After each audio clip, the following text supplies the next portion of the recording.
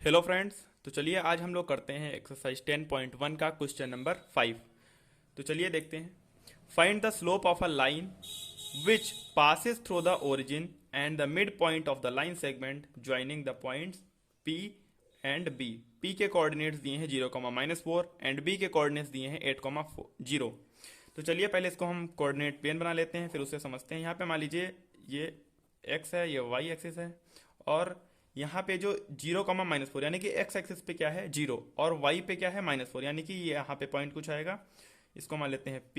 ये क्या हो जाएगा 0,-4, और B पॉइंट B आएगा यहाँ पे 8,0, क्योंकि देखिए x पे क्या है 8 और y पे क्या है 0।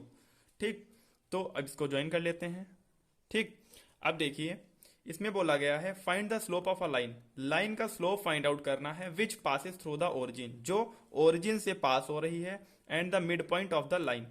इस लाइन के मिड पॉइंट और इसके ओरिजिन के बीच में जो लाइन बनेगी उसका स्लोप हम लोगों को बताना है। ठीक, तो पहले हम लोगों को इस लाइन का मिड पॉइंट फाइंड आउट करना पड़ेगा और फिर इसके ओरिजिन यानी कि 0,0 से, और यहाँ पे जो मिड पॉइंट आएगा मान लेते हैं P ले लिया, यहाँ पे A और B ले लेते हैं, यहाँ पे Q ले लेते हैं क्योंकि P दिया हुआ है। ठीक, तो Q और A B के जो A B आएंगे पॉइंट उसके और 0,0 के बीच में हमें स्लोप निकालना है। तो आपको क्वेश्चन समझ में आ गया होगा। तो चलो चलिए हम लोग करते हैं। तो इसमें क्या करना पड़ेगा, पहले हम लोगों को Q A और B यानी कि Q A, B यानी कि Q के कोऑर्डिनेट्स यानी कि A, B निकालना होगा, क्योंकि हमें पता है ये मिड पॉइंट है। तो यहाँ पे हम मिड पॉइंट फार्मूला से निकाल सकते हैं। मिड पॉइंट फार्मूला होता है x1 प्लस x2/2 और y1 प्लस y2/2। ठीक, अब ये x1 है, ये x2 है, ये ये x1 है, ये y1 है, ये x2 है और ये y2 है। ठीक, तो x1 हमें क्या दिया हुआ है, x1 है हमारे पास, x1 है 0 और x2 है हमारे पास 8, तो 0,8/2। ठीक, और ऐसे y1 है हमारे पास -4 प्लस y2 है हमारे पास 0 यानी कि -4 प्लस 0/2। तो यहाँ से हो जाएगा 8/2 यानी कि 2 4 जा 8, और यहाँ से हो जाएगा -4,2 यानी कि 2 2 जा 4, यानी कि यहाँ पे आ जाएगा 4,-2। हमें A और B पॉइंट क्या मिल गए हैं, ठीक, ये हमें पॉइंट मिल गए हैं। क्यों क्या मिल गया, ए बी हमें मिल गया है। ए है हमारे पास 4, बी है हमारे पास -2। अब हमें निकालना है स्लोप। तो स्लोप अब तो निकालना बहुत ईजी है, यानी कि स्लोप ऑफ लाइन। किस लाइन का, इस लाइन का, यहां से जो ये वाली लाइन आ रही है इस लाइन का स्लोप हमें बताना है। स्लोप ऑफ लाइन इसे ले लेते हैं। जब यहाँ पे हमें पॉइंट दिए हुए हैं x1 y1 दिया हुआ है 0,0 और x2 y2 क्या है, यानी कि ये वाला पॉइंट। अब 4,-2। ठीक, अब हमें स्लोप ऑफ लाइन निकालना है। तो स्लोप ऑफ लाइन क्या होती है, मैंने इंट्रोडक्शन में बताया था कि m is equals to y2 minus y1, m बोलते हैं यानी कि स्लोप्स।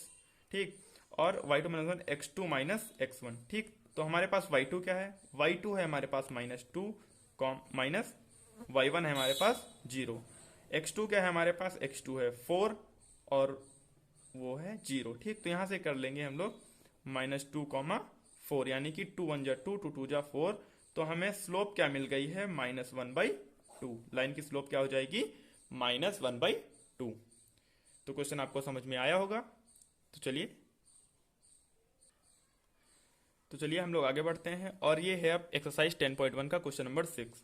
तो इसे सॉल्व करते हैं। इसमें दिया है without using the Pythagoras theorem. हमें पाइथागोरस थ्योरम का यूज नहीं करना है। सो दिखाना है points 4,4 3,5 and -1,-1 are the vertices of the right angle triangle. ये किसी राइट एंगल ट्रायंगल की वर्टिसेस हैं। तो किसी भी चीज को हमने इंट्रोडक्शन में देखा था, अगर परपेंडिकुलर दिखाना होता है तो यानी कि m1 m2 is equals to -1, यानी कि m1 into m2 is equals to -1 आ जाए तो हम बोल सकते हैं कि दो लाइनें आपस में, यानी कि ये दोनों लाइनें परपेंडिकुलर हैं। अब देखिए यहाँ पे ट्रायंगल मान लेते हैं। ट्रायंगल ये दिया हुआ है। ठीक, अभी हमें नहीं पता है 90 डिग्री है या मतलब राइट एंगल ट्रायंगल है या नहीं है। तो यहाँ पे मान लेते हैं ए ले लिया, इसे बी ले लेते हैं, इसे सी ले लेते हैं। तो ए हो गया हमारे पास 4,4, बी हमें दिया हुआ है 3,5 और सी हमें दिया हुआ है -1,-1। तो चलिए हम लोग पहले इसका स्लोप निकाल लेते हैं, यानी कि स्लोप निकालते हैं। Slope of A B. ठीक, स्लोप ऑफ ए और बी का स्लोप निकालते हैं। तो ए बी का स्लोप क्या हो जाएगा, यहाँ पे देखिए ए लिख लेते हैं, पॉइंट लिख लेते हैं 4,4, बी लिख लेते हैं 3,5 और सी पॉइंट है हमारे पास -1,-1।